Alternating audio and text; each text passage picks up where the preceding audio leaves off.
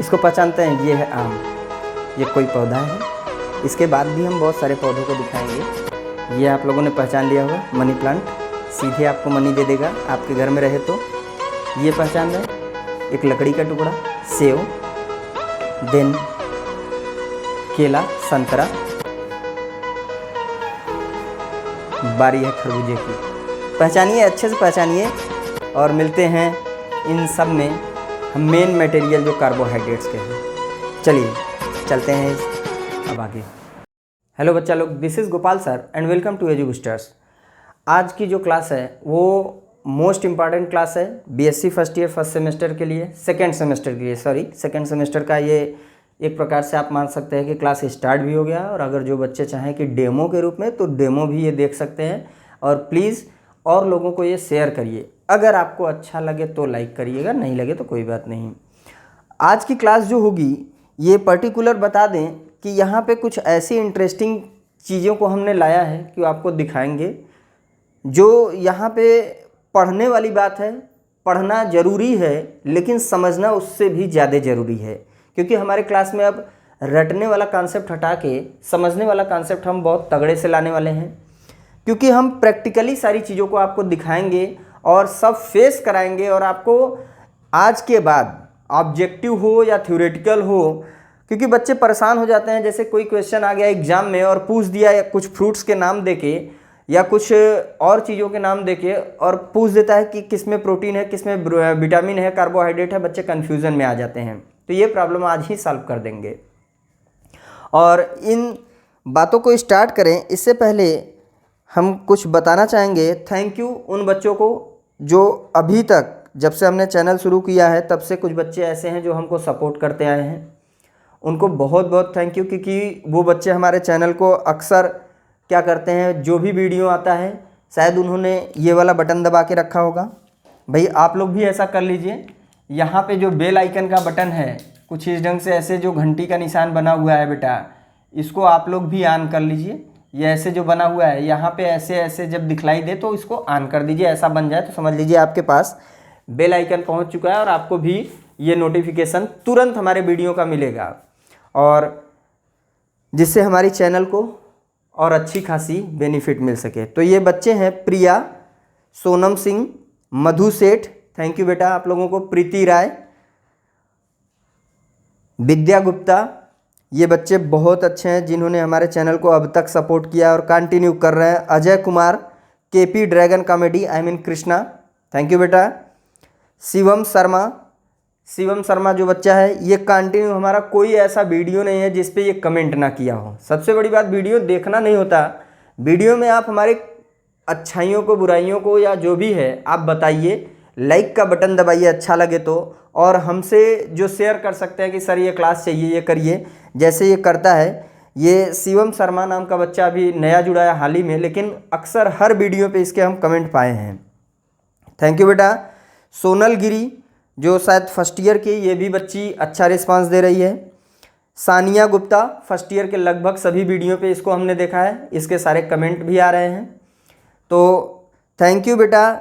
Iran, राज, इन बच्चों को हमारे तरफ से बहुत बहुत थैंक यू हमारे चैनल को सपोर्ट करने के लिए। देखिए उसका नोटिफिकेशन ऑन है तो ऑफ कर दीजिए। और चलिए हम क्लास स्टार्ट करते हैं बेटा। और प्लीज़ अगर आप लोग भी चैनल को सब्सक्राइब नहीं किए हैं तो सब्सक्राइब कर लीजिए। क्योंकि अब से क्लास आप लोगों को बहुत अच्छे ढंग से मिलने वाला है और बहुत बहुत इम्पॉर्टेंट चीज़ें आप लोगों को देंगे, कुछ अलग अंदाज में देंगे जो मज़ा आ जाएगा। जो स्टार्ट करने वाले हैं बेटा वो टॉपिक है कार्बोहाइड्रेट।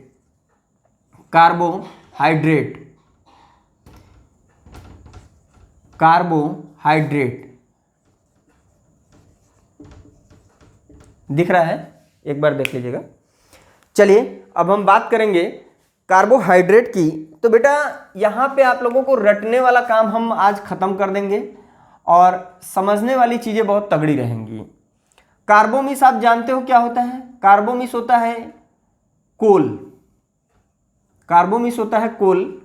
और हाइड्रेट्स मिस होता है हाइड्रो या फिर वाटर आप कह सकते हो। क्या होता है? वाटर। और कोल को हम केमिकली अगर बात करें, कोल यानी कि ये जो आप देख रहे हैं ये है लकड़ी का एक टुकड़ा। हमने बोला ना, अब जो हमारा क्लास होगा इंस्ट्रूमेंटल होगा, समझने वाली क्लासेस होंगी। इस लकड़ी के टुकड़े को अगर हम जला दें, क्लियर है, इसको जब हम जलाएंगे, क्योंकि ये लकड़ी का टुकड़ा जरूर है बेटा, लेकिन ये कार्बोहाइड्रेट से भरा हुआ है। आप कहोगे सर इसमें कार्बोहाइड्रेट है तो हम इसको खा के एनर्जी ले सकते हैं, लेकिन ये इसमें सेलुलोजिक कार्बोहाइड्रेट होता है, स्टार्च होता है, पॉलीसैकेराइड वाले होते हैं, जिसको हम डायरेक्टली इनगल्फ नहीं कर सकते हैं। ठीक है, इनको तोड़ के ही यूज किया जाता है जो हमारे लिए यूजफुल हो सके। तो इसको जब हम जलाएंगे, कार्बो मीन्स कोल, जो लकड़ी के जले हुए टुकड़े से हम पाते हैं। क्लियर है बेटा? और इस कोल को अगर हम यहाँ पे इसको जला दें तो हमको क्या मिलेगा? अगर हम इसको जलाएं तो हमको क्या प्राप्त होगा? मान लीजिए हम एक कागज को अगर जलाते हैं तो हमें क्या प्राप्त होता है? कार्बन की गैसेस निकलती हैं, यही होता है ना, कार्बन डाइऑक्साइड। लेकिन यहाँ पे जो कोल है ये पूरा काले रंग का कालिक की तरह होता है, ये ब्लैक कालिक की तरह ऐसे रहता है। तो ये सब के सब हम बोले तो क्या कहलाएंगे? ये कार्बन कहलाएंगे कि नहीं? ये कार्बन हो गए। अगर हम कार्बन की बात कर ले, यहाँ पे कार्बन है, तो अगर हम यहाँ पे कार्बन है तो यहाँ वाटर को हम क्या बोलते हैं? भाई केमिस्ट्री में इनको हम क्या बोलते हैं? क्योंकि ये बायोकेमिस्ट्री का टॉपिक है बेटा, ये बायोकेमिस्ट्री की टॉपिक है। और बायोकेमिस्ट्री का मतलब हो गया बायो देन इसके बाद केमिस्ट्री। पहले तो ये हाँ जीवन, और जीवन में जो केमिकल की आवश्यकता है उनकी स्टडी कहलाती है बायोकेमिस्ट्री। और इस बायोकेमिस्ट्री के अंतर्गत हमको कार्बोहाइड्रेट पढ़नी है। तो वाटर को हम लिखते हैं हाइड्रोजन लिखते हैं। अब ये हाइड्रोजन ZEN भी कुछ जगहों पे मिलेगा, कोई नहीं। अब देखो हाइड्रोजन की अगर हम बात करें और कार्बन की, बेटा आप लोग बचपन से इसका फार्मूला C ही पढ़े हो, और इसका फार्मूला क्या पढ़े हो? H2O पढ़े हो कि नहीं पढ़े हो? हाँ, सबने पढ़ा है। तो अब हम एक बात बताना चाहेंगे बेटा, चाहे ये हो गया चाहे ये हो गया, अगर हम इनमें से किसी को देखें तो इसके जितने भी पार्टिकल हैं इसमें जल भरा होगा, जल के साथ साथ कार्बन भी होगा। आई मीन यहाँ पे कार्बन, हाइड्रोजन, ऑक्सीजन, हमको तीनों चीजें मिलेंगी। कार्बन, हाइड्रोजन, ऑक्सीजन तीनों मिलेंगी। इस वजह से इसको हम बोल सकते हैं कि ये कार्बोहाइड्रेट है। तो ये होता है कार्बोहाइड्रेट का फार्मूला, या डेफिनेशन हम कह दें, ये तो हुआ फार्मूला। अगर हम डेफिनेशन कहें तो वह होता है कि जहां कार्बन, हाइड्रोजन, ऑक्सीजन का एक मिश्र कंपाउंड पा जाए या मिला हुआ यौगिक मिल जाए, उसे हम बोलते हैं कार्बोहाइड्रेट। यही है कार्बोहाइड्रेट, जिसमें क्या होता है कि हाइड्रोजन और ऑक्सीजन का वही अनुपात हमको प्राप्त होता है जो जल में मिलता है। हाइड्रोजन और ऑक्सीजन का कार्बोहाइड्रेट में हमको वही अनुपात मिलता है जो जल में हमको प्राप्त होता है। तो जल में हमको क्या मिलता है? 2:1। हाइड्रोजन का 2 मिलता है, ऑक्सीजन का 1। तो यही अनुपात हमको कार्बोहाइड्रेट में भी मिल जाता है। तो ये रही बेटा डेफिनेशन ऑफ कार्बोहाइड्रेट। इजी शब्दों में हमने अच्छे से आपको समझाया। अब देखो बातें आएंगी बहुत सी चीज़ों को लेके जब हम स्टडी कराएंगे तब। अगर हम बात करें टाइप्स की, चाहे आप इसको टाइप्स कह लो या फिर क्लासिफिकेशन कह लो। क्लासिफिकेशन किसका? Classification of carbohydrate. अब देखो जब हम बात करेंगे क्लासिफिकेशन ऑफ कार्बोहाइड्रेट की तो यह कैसे होगी? भाई इसको स्टडी करना बहुत ही आसान है अगर हम आसान तरीके से पढ़ें। अगर हम इसी को टफ वे में आपको बता दें तो बहुत ज़्यादा टिपिकल हो जाएगा। देखो बेटा हम बात करते हैं, फर्स्ट पे आता है यहाँ पे मोनोसैकेराइड। मोनोसैकेराइड का मतलब होता है, मोनो मतलब होता है सिंगल, आई मीन अगर हम यहाँ पे बात करें तो ये एक है, सिंगल। दूसरे पे आता है ओलिगो, OLIGO सैकेराइड। ओलिगोसैकेराइड यह है ओलिगोसैकेराइड जहाँ पे कुछ मात्रा में शुगर हो। और इसके बाद आता है पॉलीसैकेराइड। अब देखो बेटा एग्जाम में कई बार ऐसी चीज़ें मिल जाती हैं जहाँ पे बच्चे कंफ्यूज हो जाते हैं। अगर हम आपसे बात करें कि हमारे पास ये सारी चीज़ें हैं, इन सभी फ्रूट्स को अगर हम ले लें, ये सभी फ्रूट्स अगर हम लिए हुए हैं, ये सभी चीज़ें हम ले लिए, ठीक, इनके साथ साथ जैसे यहाँ केला है, ये आलू है, ये संतरा है, और ये सेब हो गया, ये खरबूजा, और इन सब में अगर हम बात करें कि तुरंत हमको ग्लूकोज चाहिए या कार्बोहाइड्रेट चाहिए तो कहाँ से मिलेगा? ये केले से मिल सकता है या फिर आलू से मिल सकता है, यही कहेंगे ना, बाकी चीज़ों से नहीं ना मिलेगा। क्यों नहीं मिलेगा ये भी आपको बताएंगे, और किस में मिलेगा ये भी हम बताएंगे। देखो बेटा, इन सब में अगर हम बात करें तो जितने भी फ्रूट हमने देखे इन सब में क्या मिलता है? फ्रूट शुगर मिलता है। फ्रूट शुगर सब में मिलता है, आई मीन फ्रक्टोज मिलेगा, लेकिन इंस्टेंट सोर्स जो होता है वो यही होगा, आलू होगा या केला होगा, क्योंकि प्योर कार्बोहाइड्रेट के सोर्स यही दोनों हैं। बाकी चीज़ों में कार्बोहाइड्रेट सिर्फ और सिर्फ फ्रूट शुगर के रूप में मिलेगा, लेकिन ये सोर्सेज होंगे, कोई विटामिन का सोर्स होगा तो कोई प्रोटीन का सोर्स होगा, न कि वो कार्बोहाइड्रेट के सोर्स होंगे। कार्बोहाइड्रेट के सोर्स में अगर हम बात करेंगे तो हमारे पास पोटैटो होगा या फिर बनाना होगा। अगर हम बात कर लें पोटैटो और बनाना के बाद अगर हम इस ट्री की बात करें या फिर इस लीफ को उठा ले कि ये क्या है, तो यहाँ पे हम दिखा सकते हैं कि इसमें कार्बोहाइड्रेट है। किस रूप में है भाई? अगर इनके साथ साथ हम यहाँ पे आपको दिखाएं कि ये मैंगो है, इस आम में क्या है? क्या यहाँ पे भी यही कार्बोहाइड्रेट है? तो इस आम के ऊपर जो लेयर है बेटा, इस चीज़ को आप ध्यान दीजिएगा, इसके ऊपर जितने लेयर हैं ये एक सेलुलोजिक लेयर होते हैं, क्योंकि प्लांट के जो सेल वाल होते हैं, याद रखना, प्लांट के जो सेल वाल होते हैं वो सेलुलोज के बने होते हैं। और सेलुलोज एक प्रकार का क्या है? सेलुलोज एक प्रकार का पॉलीसेकेराइड है। सेलुलोज एक प्रकार का पॉलीसेकेराइड है, जबकि इसके अंदर जो मिठास है, वो क्या है? ओलिगोसैकेराइड का है, ओलिगोसैकेराइड का है। और इस ओलिगोसैकेराइड में ये फ्रक्टोज कहा जाता है, क्योंकि मीठा शुगर है। और ये जो मीठा शुगर है ये कहीं ना कहीं इन यौगिकों से मिल के बना हुआ है, इसलिए आप कह सकते हैं कि मोनोसैकेराइड, ओलिगोसैकेराइड, पॉलीसैकेराइड सबका मिश्रण है। लेकिन कंप्लीटली हम ये नहीं बता सकते कि इसमें क्या है। तो कंप्लीटली अगर बताना हुआ तो सिर्फ और सिर्फ हम सेलुलोजिक जो सेल वाल है इसका, क्योंकि प्लांट की जो ये प्लांट के ही वो है ना फ्रूट, तो प्लांट से मिलने वाले हैं, तो इसके जो वाल होते हैं, सेल वाल होते हैं, वो सेलुलोज के बने हुए होते हैं। लेकिन अगर हम बात वहीं पे आलू की करते हैं बेटा, अगर हम आलू की बात करें या केले की बात करें, आलू की या केले की बात करते हैं, तो आलू को अगर हम काट दें तो काटने के बाद भी पूरा स्टार्च निकलता है, और जो इसके पूरे बॉडी के पार्ट्स होते हैं सब के सब कार्बोहाइड्रेट के होते हैं। ये केले को भी अगर हम छील के निकालें और खाएं तो ये सब के सब कार्बोहाइड्रेट के ही पार्ट होते हैं और मिनरल्स के, ठीक है। तो यहाँ पे कैल्शियम मिलता है, मिनरल मिलता है, कैल्शियम मिलता है, मिनरल मिलता है और कार्बोहाइड्रेट मिलता है इस केले में। क्लियर? ये बातें आप लोग नोट कर लीजिए।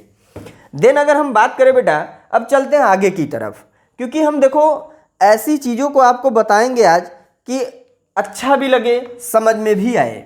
हमने बोला कार्बोहाइड्रेट का टॉपिक एकदम क्लियर करे बिना नहीं जाने वाले हैं।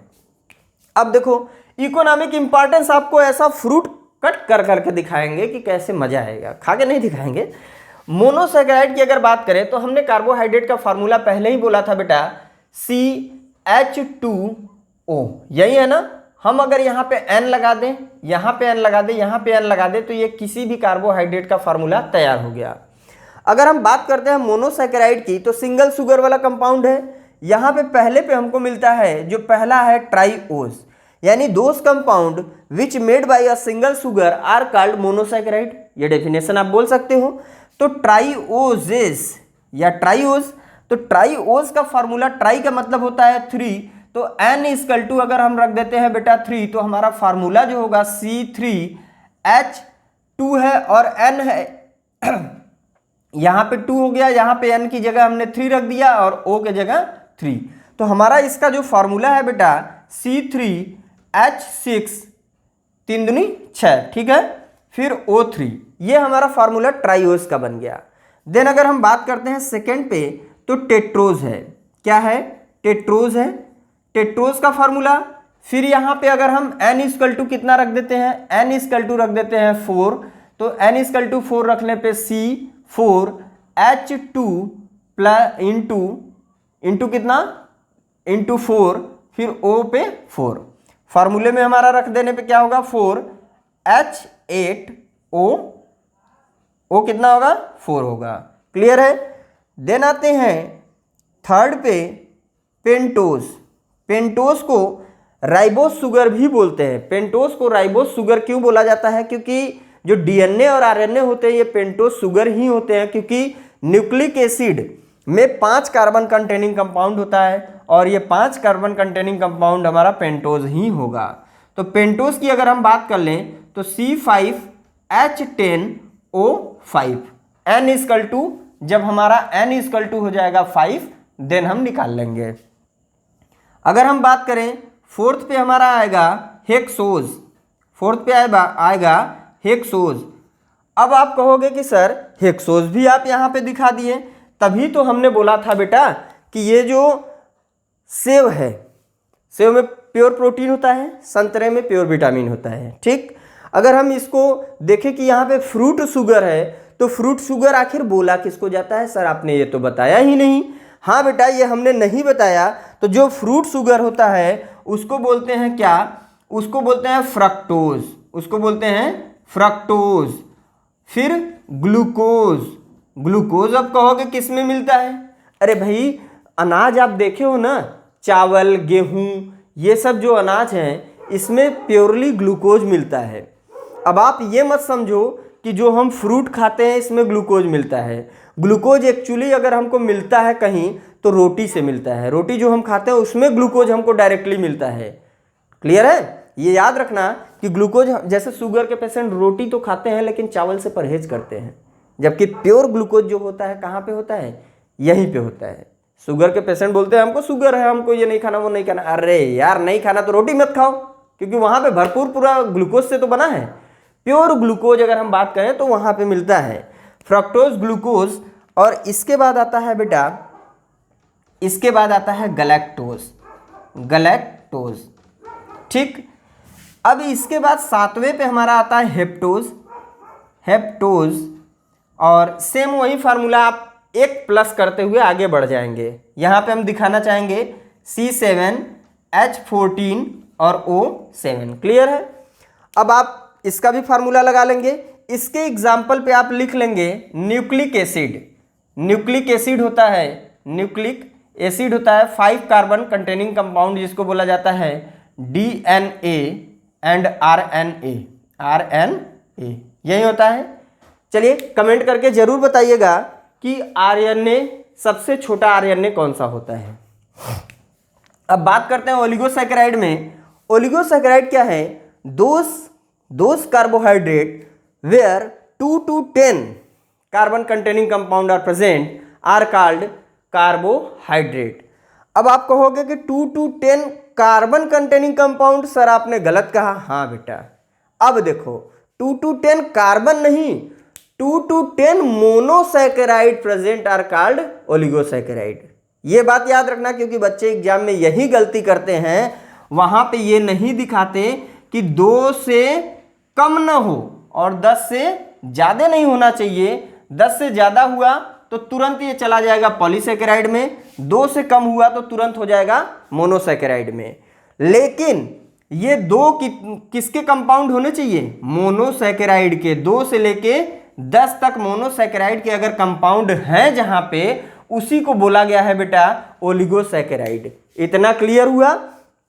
अगर इतना क्लियर हुआ तो अब आपको हम दिखाना चाहेंगे कुछ मजेदार चीजें। यहां पे जो है, जो मोनोसैकेराइड है, क्योंकि बहुत से जगहों पे पढ़ाया भी गया है और बच्चे आज भी पढ़ते आ रहे हैं, यहां ओलिगोसैकेराइड के बदले उनको डाइसैकेराइड पढ़ाया जाता है। नहीं बेटा, मोनोसैकेराइड के बाद ओलिगोसैकेराइड आता है, और इस ओलिगोसैकेराइड में जो आता है वो पहला होता है, पहले पे आता है डाइसैकेराइड, डाइसैकेराइड। फिर आता है दूसरे पे ट्राइसैकेराइड, फिर तीसरे पे टेट्रासैकेराइड, टेट्रासैकेराइड। अब हम आपको एक एक का एग्जाम्पल देने जा रहे हैं। डाइसैकेराइड, ट्राइसैकेराइड और टेट्रासैकेराइड। याद रखिएगा कि ओलिगोसैकेराइड में डाइसैकेराइड, ट्राइसैकेराइड और टेट्रासैकेराइड। हाँ बेटा, अगर आप लोगों को अब नोट्स चाहिए तो उसका कुछ हम पेमेंट निर्धारित कर देंगे। उस पेमेंट के आधार पे आप हमसे नोट्स ले सकते हैं। उसका कहाँ पे लिंक होगा, नोट्स पूरा हैंड रिटन नोट्स हमारे पास है, हम आप लोगों को प्रोवाइड करेंगे। कुछ मिनिमम अमाउंट रखेंगे जिससे आप लोग आराम से पढ़ सकें और एग्ज़ाम भी दे सकें, क्योंकि भाई साल भर मेहनत करके नोट्स बनाया जाता है, लिखा जाता है, समझा जाता है, तो तैयार होता है बेटा। और आपको नोट्स हम अच्छे रेट पे देंगे जिससे आप पढ़ सकें। हाँ, बाकी क्लासेस की जो वीडियो हैं ये फ्री ऑफ कास्ट रहेगा, इसका कोई चार्ज नहीं, हम कंटिन्यू आप लोगों को प्रोवाइड करेंगे यूनिट वाइज। ये फर्स्ट यूनिट जैसा कि स्टार्ट किए हैं।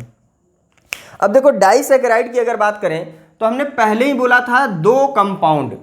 अब इस ओलिगोसैकेराइड की में जो पहला डाइसैकेराइड है, तो यहां अगर हम बात करें तो डाइसैकेराइड का डेफिनेशन क्या होगा? दो saccharide where 2 monosaccharides are present are called disaccharide. Simple definition, दो सैकेराइड, दो सैकेराइड मतलब सैकेराइड मतलब शुगर, या फिर आप कह दो दो कार्बोहाइड्रेट। सिंपली आप कह दो दो saccharide where 2 monosaccharides is present are called या इज कॉल्ड डाइसैकेराइड।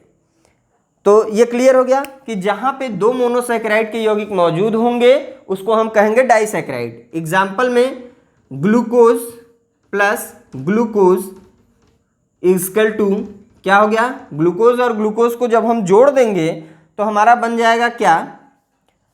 माल्टोज बनेगा। माल्टोज जो होता है हमारा रोटी, गेहूं, चावल, ये सब माल्टोज है।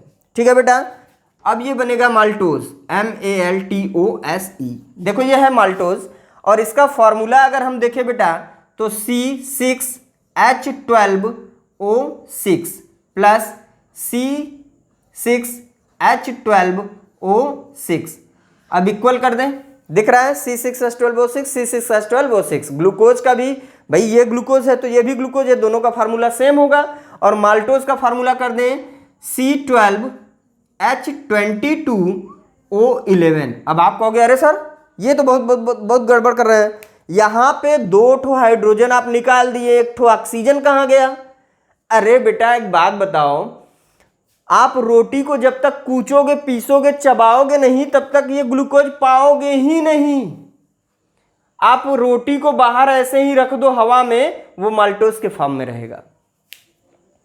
अब उसमें जब पानी थोड़ा डालोगे तब तो वो बनेगा आपका ग्लूकोज। पानी डाल दो और बना दो ग्लूकोज। अब देखो ये जब हम डालते हैं यहाँ पे H2O, यानी कि रोटी को मुंह में डाल के जब खूब अच्छे से चबाते हैं, यहाँ पे अगर हम दूसरे तरफ चलेंगे, मान लो रोटी की जगह पे हम इस केले की बात करें, इस केले को अगर हम खोलें और इसको जब तक चबाएंगे नहीं, इसके अंदर का हमको कार्बोहाइड्रेट मिल जाएगा, ये केले के पास ही रहेगा ना, तो इसको खोल के ऐसे आराम से खाएंगे तब तो मिलेगा। चलिए चलते, क्लास में खाना उचित नहीं है। अब देखो बेटा ये फार्मूला एकदम दिमाग में सेट कर लो, C6H12O6 ग्लूकोज और माल्टोज के लिए ये, और पानी का सूत्र आपने देख लिया। अब दूसरे पे आते हैं, ये तो रहा हमारा माल्टोज प्राप्त हुआ। दूसरे पे अगर हम बात करें, सेम थिंग्स फार्मूला यही रहेगा, ग्लूकोज प्लस फ्रक्टोज। ग्लूकोज का फार्मूला जो होता है वही फार्मूला होता है फ्रक्टोज का। लीनियर फार्मूला सेम होता है। जब हम चैनल फार्मूला में चलते हैं तो रोटेशन जो होता है, डेक्स्ट्रो और लियो रोटेशन आप लोग पढ़ेंगे तो उसमें क्या होता है, रोटेट हो जाता है। ये केमिस्ट्री की प्रोसेस है, पढ़ लेंगे आप लोग। तो यहाँ फ्रक्टोज और ग्लूकोज प्लस करते हैं तो हमारा जो बनता है उसको बोलते हैं सुक्रोज। सुक्रोज जो गन्ने वाला पूरा रस होता है ना, या फिर गन्ने के रस के साथ साथ एक चीज़ें और हम देखते हैं जो आपको हम दिखाना चाहेंगे, शहद का वो है, कोई नहीं, आप जैसे शहद आप देखते हैं ना, तो शहद में सेम थिंग्स होता है, यही चीज़ कि आपको वही सुक्रोज मिलता है पूरा। और यहाँ पे आपने ऑलरेडी देखा ग्लूकोज, फ्रक्टोज और इनके मिलने से बना सुक्रोज। और इसकी जो फार्मूले हैं, इन्हीं के जो फार्मूले हैं, इनके फार्मूला को अगर हम देखें तो ग्लूकोज का ये हो गया, फ्रक्टोज का ये हो गया, सुक्रोज का फार्मूला जो माल्टोज का फार्मूला वही सुक्रोज का फार्मूला। चलिए अब ऊपर वाला आपने समझ लिया है, हटाते हैं। देखो सेम फार्मूला, ये हम खाली हटा दिए हैं स्पेस न होने की वजह से बस। अब दूसरे तरफ अब हम आते हैं, फिर ग्लूकोज, ये डाइसैकेराइड का ही है क्योंकि अभी तक हमको दो ही मोनोसैकेराइड मिला है। ये दोनों मोनोसैकेराइड मिलने से सुक्रोज, माल्टोज और जो भी बन रहा है। ग्लूकोज और गैलेक्टोज को मिलाएंगे तब गैलेक्टोज, इसको मिलाने से हमारा बनता है लैक्टोज, जो दूध में पाया जाने वाला शुगर होता है। लैक्टोज जो दूध हम पीते हैं उसमें मिलता है डायरेक्टली। तो यहाँ पे ग्लूकोज का फार्मूला सेम, गैलेक्टोज का फार्मूला सेम, और लैक्टोज के लिए हमको वही जो फार्मूला माल्टोज का है, सुक्रोज का है, वही फार्मूला हमारे लैक्टोज का भी होता है। आई होप आप लोगों को ये डाइसैकेराइड क्लियर हो गया होगा। एक बार आप लोग देख लीजिए अच्छे से, देन हम आगे चलते हैं। आगे की जो टॉपिक है बेटा डाइसैकेराइड के बाद वो है आपका ट्राइसैकेराइड। ट्राइसैकेराइड में क्या कहेंगे, दो saccharide where three monosaccharides is present called या नोन एज क्या, नोन एज ट्राइसैकेराइड। अब ट्राइसैकेराइड यहां पे हम दूसरे पॉइंट पे कर दें, ट्राइसैकेराइड, सैकेराइड। इसमें क्या है कि 3 कंपाउंड किसके या 3 मॉलिक्यूल किसके, मोनोसैकेराइड के। अब यहां पे हम सीधे दिखा दे glucose plus glucose plus glucose, ये 3 तो हमारे कंपाउंड अगर मिल जाए मोनोसैकेराइड के तो हमारा बन जाएगा ट्राइसैकेराइड। इसका एग्जाम्पल क्या होता है बेटा, इसका एग्जाम्पल है रैफिनोज, इसका एग्जाम्पल होता है रैफिनोज। अब आप कहोगे कि सर इसका फॉर्मूला सॉल्व करके दीजिए, ना बेटा दें, चलो अब आप एक बात बताओ, इसका फॉर्मूला आप लोग सॉल्व करो, देन हम अगले वीडियो में पूरा आप लोगों को और दिखाएंगे। या चलिए देख लीजिए, ये जो 3 ठो है तो C6H12O6 के अकॉर्डिंग आपने किया, उसी के अकॉर्डिंग आप बढ़ते चले आइए और यहाँ पे H2O ऐड कर लीजिएगा। क्लियर? अब आप ये कमेंट बॉक्स में हमको बताइएगा कि रैफिनोज का फार्मूला क्या होगा। चलिए ट्राइसैकेराइड में आपने देखा रैफिनोज, तो आ जाते हैं नेक्स्ट थर्ड पे जो है टेट्रासैकेराइड। टेट्रासैकेराइड यहां है टेट्रासैकेराइड, जहां पे क्या होगा कि 4 मॉलिक्यूल हमारे मिल जाएंगे मोनोसैकेराइड के, वो हो जाएगा टेट्रासैकेराइड।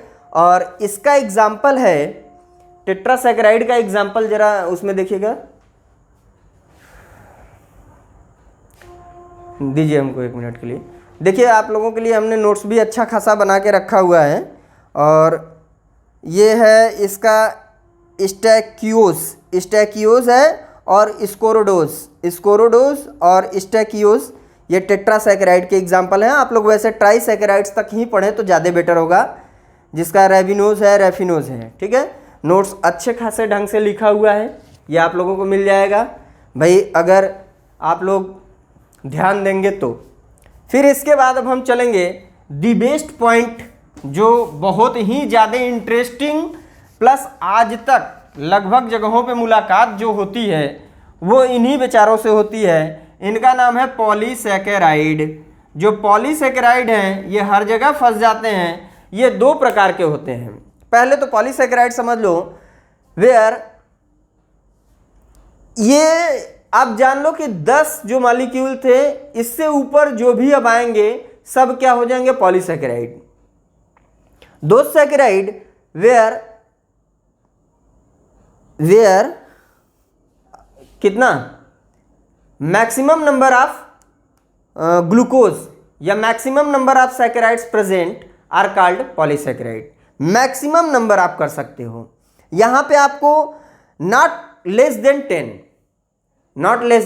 10, आपको 10 से कम नहीं होना है, और 10 से कम हुए तो क्या हो जाएगा, ओलिगोसैकेराइड, और अगर 10 से कम और 2 से कम हो गए तो मोनोसैकेराइड हो जाएंगे। तो मैक्सिमम देन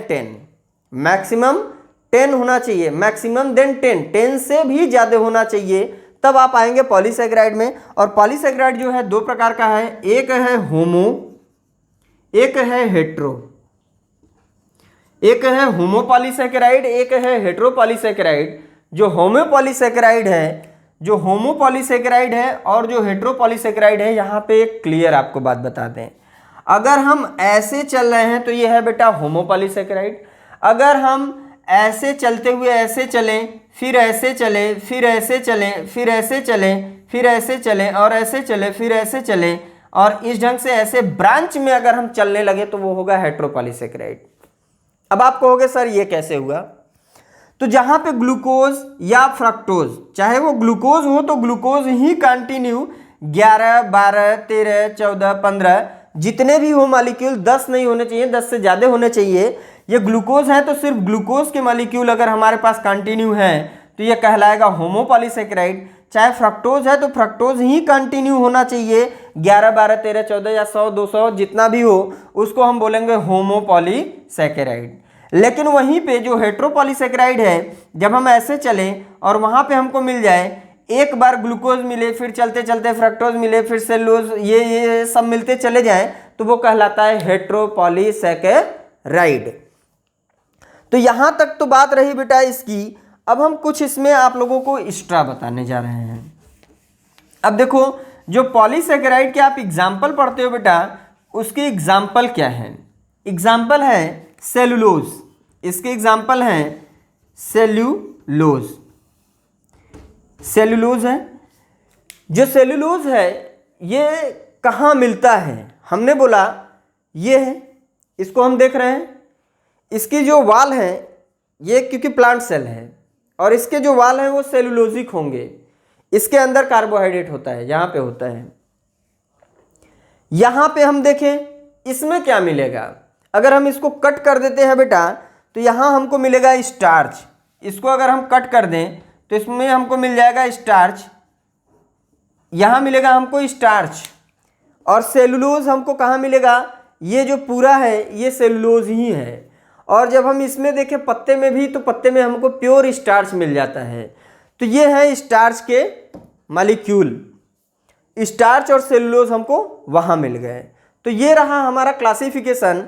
देन अगर हम बात करें इकोनॉमिक इम्पॉर्टेंस की, इसी के बाद हम आ जाते हैं यहाँ पे एक छोटी सी हेडिंग आपको दिखाना चाहेंगे, economic importance of carbohydrate.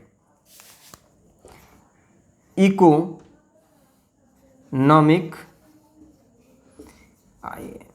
Importance of किसका? कार्बोहाइड्रेट का।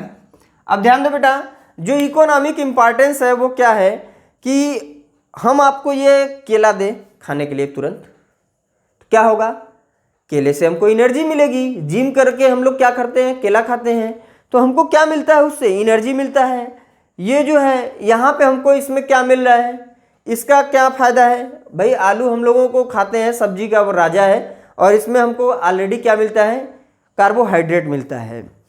ये जो प्लांट के लीफ पे जो ग्रीन पार्टिकल्स हैं और जो इसकी प्रोटेक्शन कर रहा है इसके सेल वाल को, ये क्या है? सेलुलोज है। तो ये क्या है? एक प्रकार से इसका इकोनॉमिक इंपॉर्टेंस है कार्बोहाइड्रेट का।